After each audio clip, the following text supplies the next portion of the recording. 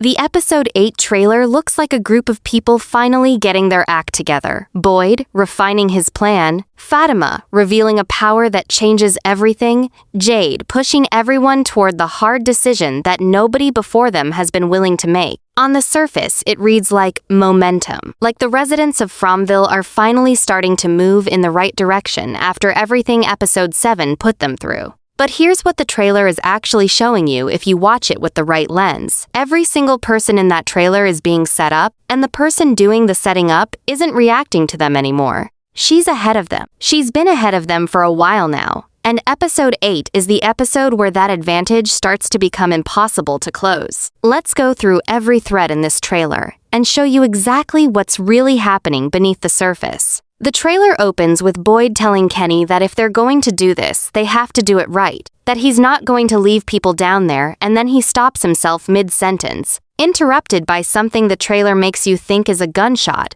but that nobody else in the scene reacts to, which tells you everything you need to know about where Boyd's mind is right now. He heard something that wasn't there. The episode title is Heavy is the Head, and the show is being extremely deliberate about what that means in Boyd's specific case, because the head that everyone in Fromville is depending on to lead them into the most dangerous place in the town is the same head that is now producing hallucinations, fighting Parkinson's tremors that already cost him the totem plan in episode 7, and carrying the weight of every decision that has gone wrong since the season began. Boyd isn't just a leader under pressure, he's a leader who genuinely cannot trust what his own senses are telling him, and that distinction matters enormously when you're about to walk a group of people into a tunnel system filled with creatures that have outsmarted every plan the residents have tried so far. And here's the question the trailer is quietly asking that most breakdowns are completely ignoring if Boyd knows his mind is compromised. Does he step back and hand the plan to someone else? Or does he push forward anyway because he feels the weight of responsibility too heavily to let go? Because both options are dangerous, and Sophia understands that better than anyone.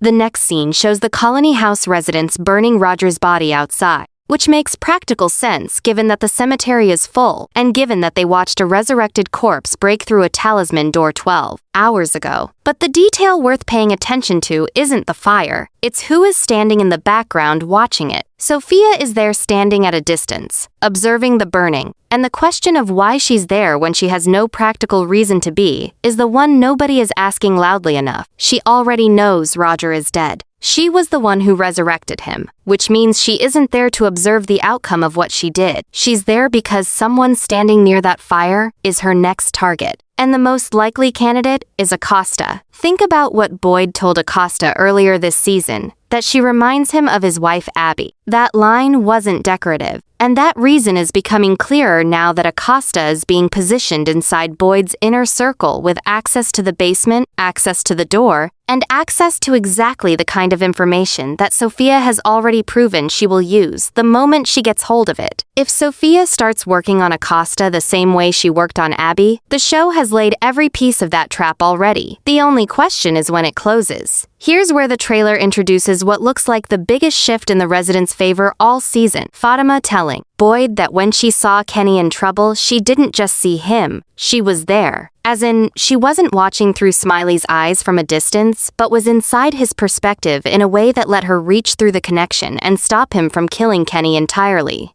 And then Ellis says, "Show me," which, in context, means Fatima may be able to do this on demand, not just in a moment of panic, but deliberately and repeatedly, which changes Boyd's entire calculation for the cave mission, because if Fatima can control Smiley at will, then the group suddenly has something they have never had before. A creature that walks freely in the dark, that can protect them in the one place where talismans and totems have already proven they won't be enough. But here's what the synopsis is quietly warning about when it says, Fatima finds herself at a disturbing crossroads. Fatima already told us the connection works both ways. And the deeper she goes into it, the more she risks losing the boundary between herself and the creature she gave birth to. The same power that just became the residents' most valuable weapon might also be the thing that pulls her toward the monsters. And From has never once given the residents an advantage without immediately showing you the cost attached to it. The golem is also still sitting there, unfinished and unexplained. And the show has been too deliberate about keeping it in frame for it to remain a background detail whatever it does when it finally activates.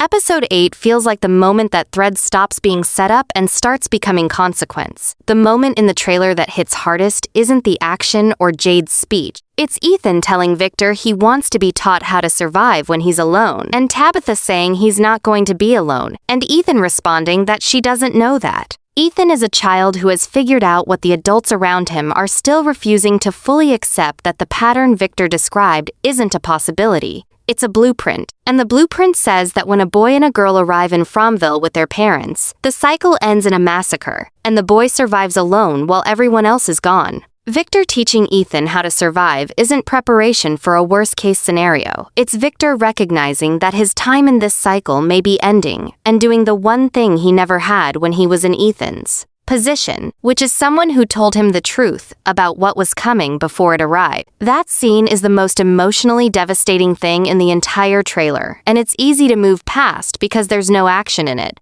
But what it's actually telling you is that Victor has accepted something about episode 8 that the audience hasn't been asked to accept yet. Jade's line in the trailer that there's a reason nobody has ever gotten out of Fromville, and maybe that reason is nobody has ever been willing to make the hard decisions before, isn't just frustration at a group that keeps hesitating. It's a man who has lived this cycle before as Christopher, who remembers on some level what those hard decisions looked like the last time, and who understands that the window for making them is closing faster than anyone around him is acknowledging. Jade is the only person in Fromville right now who has both the knowledge and the desperation to make that call, which also makes him the most dangerous person from Sophia's perspective, and the most important person for her to neutralize before the plan moves forward. Henry, deteriorating and being steered by Sophia's blood in his system, is being pointed directly at Jade, whether anyone in the group realizes it or not. The final piece of the trailer that most breakdowns treat as a minor detail is Tabitha walking toward a ringing telephone in the Matthews kitchen. And if you remember that this is the same telephone that Thomas, their dead son, used to call Jim through in season 3, then this scene stops being a minor detail immediately. There are two possible readings. The first is that Jim, whose soul is tethered to Fromville like everyone else who has died there, is trying to reach Tabitha the same way he reached Ethan in the woods earlier this season. And the second is darker,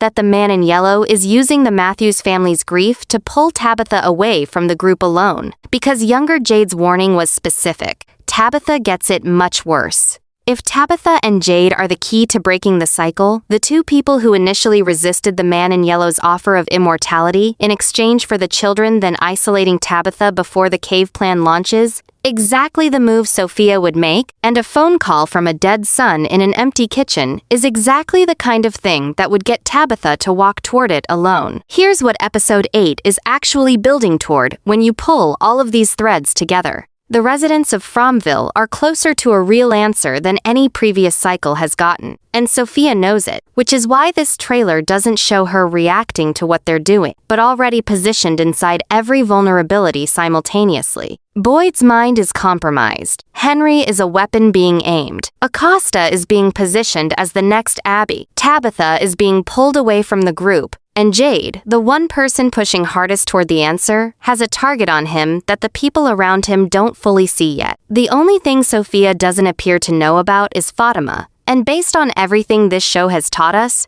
that advantage is either the thing that finally breaks the cycle or the thing that gets used against them in a way nobody sees coming. Drop your theory below. Does Fatima's connection to Smiley save the group, or does it pull her in with them? If you're not subscribed yet, hit that button now, because the moment episode 8 drops, I'm breaking down every second of it. See you in the next one.